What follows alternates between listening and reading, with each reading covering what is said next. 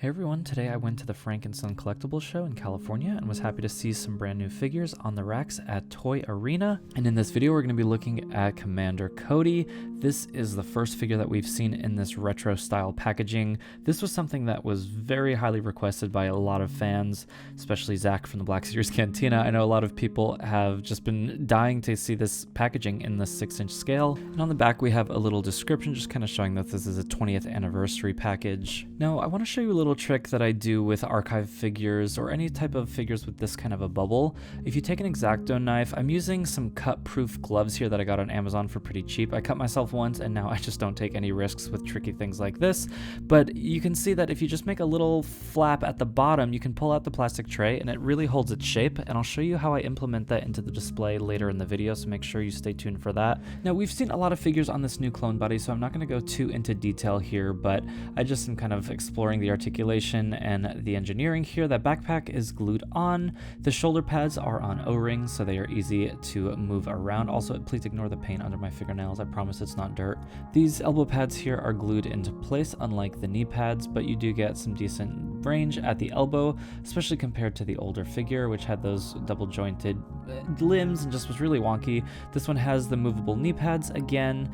Just, again, kind of what you expect here. We just see this new overlay. Now, the head sculpt does leave a little bit to be desired because we are missing Commander Cody's signature scar. It's just kind of the standard clone head here, which I know is disappointing to some people.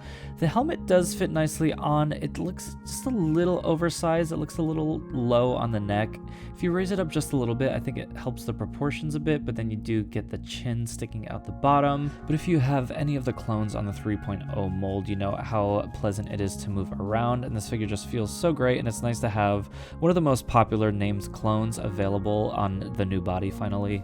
The gun is the same one that we've seen 100 times with all the different clones, cast here in a dark gray, not quite black. And then the hologram is a new inclusion, which is very cool. It has those lines going across that kind of make it look 3D printed, with the little hollow puck at the bottom sculpted in. And that does fit into his hand, but there's no special hand for it, so you kind of just gotta pry his fingers open. And these are like those tight clone hands. This did take me a little bit of trial and error, but it did feel like a snug enough fit that I'm not worried about it falling off on the shelf. And we do have room for Obi-Wan's lightsaber here. It has a little peg. This is the Obi-Wan lightsaber from the Clone Wars figure. And for those of you that started collecting in 2020 like I did, you'll remember that Commander Cody was a very hard figure to get. It was in the blue line package, and although it was kind of a wonky figure like we see here on the left, it was going for over $100 until it was re-released in the archive line, and then the value just totally tanked. We can see that the newer one is a little bit more yellow and less orange than the older one on the left, and overall the sculpt is just much more appealing. The new helmet just looks a little bit less goofy, and just the proportions overall feels like there's actually a human being in that suit. We have lost a little bit of the paint detail like we see on the canister around the waist and the white stripes on the back of the knee pads, just tiny little things that really don't bother me and that I don't miss, but when you hold them side by side, you definitely see the difference. But I would definitely pick the new figure 100 times over the other one. We do have some weathering detail on this new one that does look pretty good, like these little white scratches on the yellow shoulder plates as well as the black marks across the chest. I like how they look. I don't really notice, at least not in hand, like that dot matrix effect that you get from the digital printing sometime. And we are missing paint on the antenna on the shoulder on what I think is a light on his helmet, and then the antenna on his shoulder is just like kind of perpetually bent. I tried heating it up and straightening it out and it just wants to be bent like that. Maybe over time it'll straighten out, but for now it's a little crooked just like on the old figure. And currently the Cody that I have on display is from the Bad Batch. This is a custom that I did. I just took gray paint and covered all of the yellow spots. Well, most of them. You can see where it's chipping in some areas. And this is a head from Fett Clone, and this has been on my Bad Batch shelf. This is a repaint of the archive version. Let's see what this Fett Clone head looks like on the new body. It's perfect. I have no notes. It fits perfectly and it doesn't look silly at all.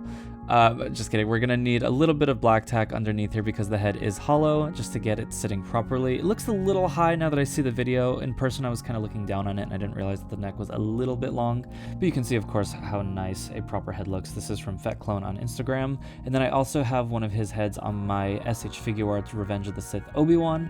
So here's kind of like, at least for me, the ultimate version of each of these figures in these particular looks. Then I have a bunch of Vale's Toy Store slop. These are, of course, knockoff clones in the back behind Cody. The color is a little bit different, but if you're really big into the 212, this is what that squad will look like with the new Cody. And then on my shelf, I ended up putting Cody with the Fett Clone head, and then I took the original helmet from the archive version and just put it back on the Bad Batch version of Cody. So I did something kind of sneaky, and I took the archive version, I popped the helmet off, I clipped the ball from the neck peg, and I put the head from the new Cody on the archive body since I'm using the custom head on my display version, and now I have what is basically a fully boxed version that I can display on my shelf. So in case you wanted to display that packaging but didn't want to buy two, you can put your old archive Cody in there technically if you're going to have the new figure's helmet on. I don't know, there's ways around it, but that's just an idea and just something that I thought was pretty cool. And since I teased my prequel and Clone Wars era shelf here, I know I get a lot of questions about it, but I do have a collection tour up on my channel. It's crazy how old that video is already, but it's less than a year old and it covers most of this, so go ahead and check that out if you'd like to see more of that collection. Thanks so much for watching. I hope this cleared up any of your questions that you may have had for the new Commander Cody. Leave a like if you did enjoy the video, subscribe if you're new, and I will see you all next time.